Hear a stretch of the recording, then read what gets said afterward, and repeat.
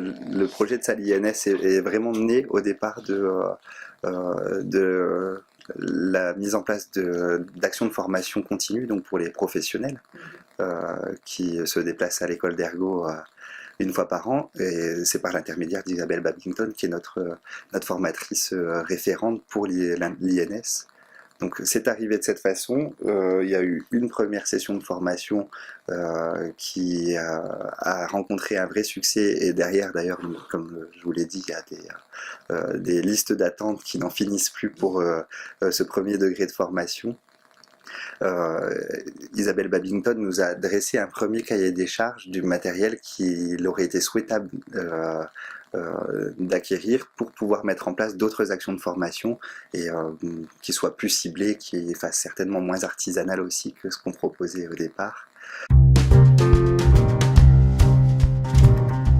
Les stagiaires qui sont venus sont encore assoiffés de connaissances sur l'INS et donc souhaiteraient avoir un degré 2. Je pense que c'est aussi pas pour cette raison que la salle INS elle est née dans notre tête, cette idée, et, avec Marie-Pierre Vanel, donc, qui est chargée de promouvoir la formation continue avec moi-même. On a réfléchi à ce projet aussi ensemble, tous les deux, sans en parler vraiment avec les autres collègues. Et on a réfléchi à plein de choses sur l'implantation de la salle. Ça aurait certainement commencé dans la salle de manutention, mais ça a amené d'autres obstacles et d'autres freins parce qu'il aurait fallu que cette structure soit mobile pour pouvoir permettre l'enseignement d'autres disciplines. Après, on a voulu utiliser une autre salle que je vous ai pas montré, mais qui est une petite salle de cours qui nous semblait intéressante parce qu'elle est peu exploitée, mais par contre elle n'était pas suffisamment grande, vu qu'au fur et à mesure de l'émergence de l'idée, finalement on y a apporté un petit peu d'autres choses avec les parcours sensorimoteurs ou avec l'espace sensoriel. Donc on a réfléchi à cette salle. Voilà, donc ça a demandé à tout chambouler, à retirer, enfin ça a été compliqué dans la mise en œuvre du projet, mais par contre, dès lors qu'on a présenté le projet en équipe, à notre directeur Olivier Dossman et puis aux autres formateurs, l'idée de départ, ça a commencé en septembre. On l'a présenté, je vous raconte pas de bêtises, le 9 septembre en réunion, le 10 septembre on démontait la salle. Le réel enjeu et la réelle difficulté, c'était finalement de concevoir un projet entre le mois de septembre, date de la présentation de notre idée qui fleurissait entre Marie-Pierre et moi, et puis la deadline qui est le 28 janvier 2019, du coup, pour la première formation continue avec Isabelle Babington.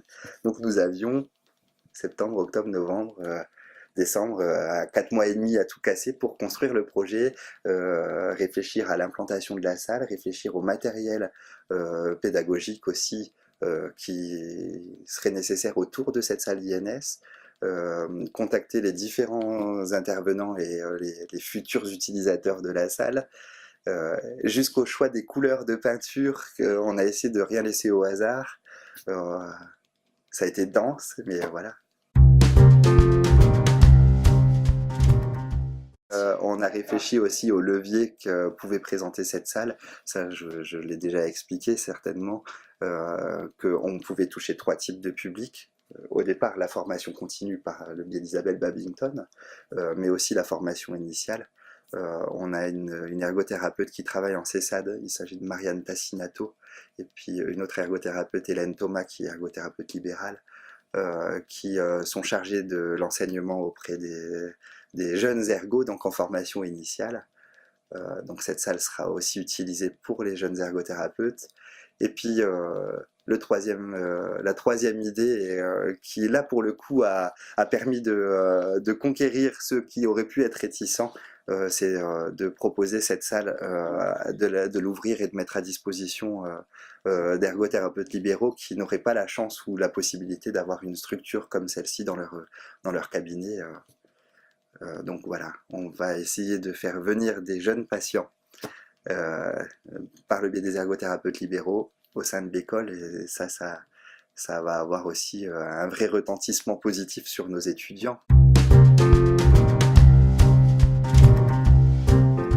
Pour le moment, en tout cas tant que nous n'avions pas la structure, il y avait une sorte d'initiation à l'INS qui se faisait par le biais d'un cours magistral de 2 heures, et puis ensuite de 3 heures de TD. Sauf pour les heureux stagiaires qui avaient la chance d'aller en stage en CESAD par exemple, ou auprès d'ergo-libéraux qui ont un complément sur l'INS.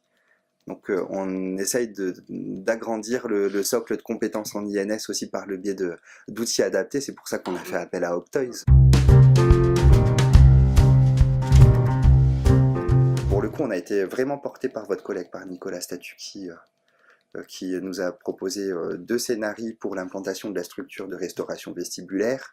On avait d'autres idées au départ, et l'idée d'implanter 3 pôles différents, ça a été rendu possible par les présentations que nous ont faites votre collègue. Donc voilà, c'était une bonne chose.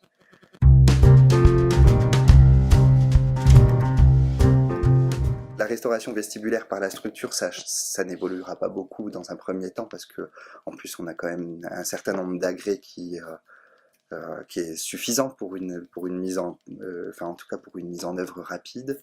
Les parcours sensorimoteurs, on est resté sur quelque chose d'assez simple dans un premier temps, et puis d'assez, enfin ça reste encore reste au sol.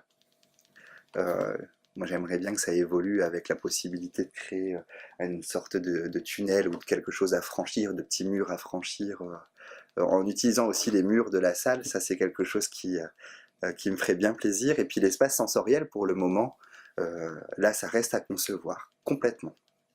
On a quelques idées, mais pour le coup on n'a pas encore recueilli suffisamment les attentes des futurs utilisateurs. Là on aura encore besoin de votre concours, comme je vous l'ai dit tout à l'heure.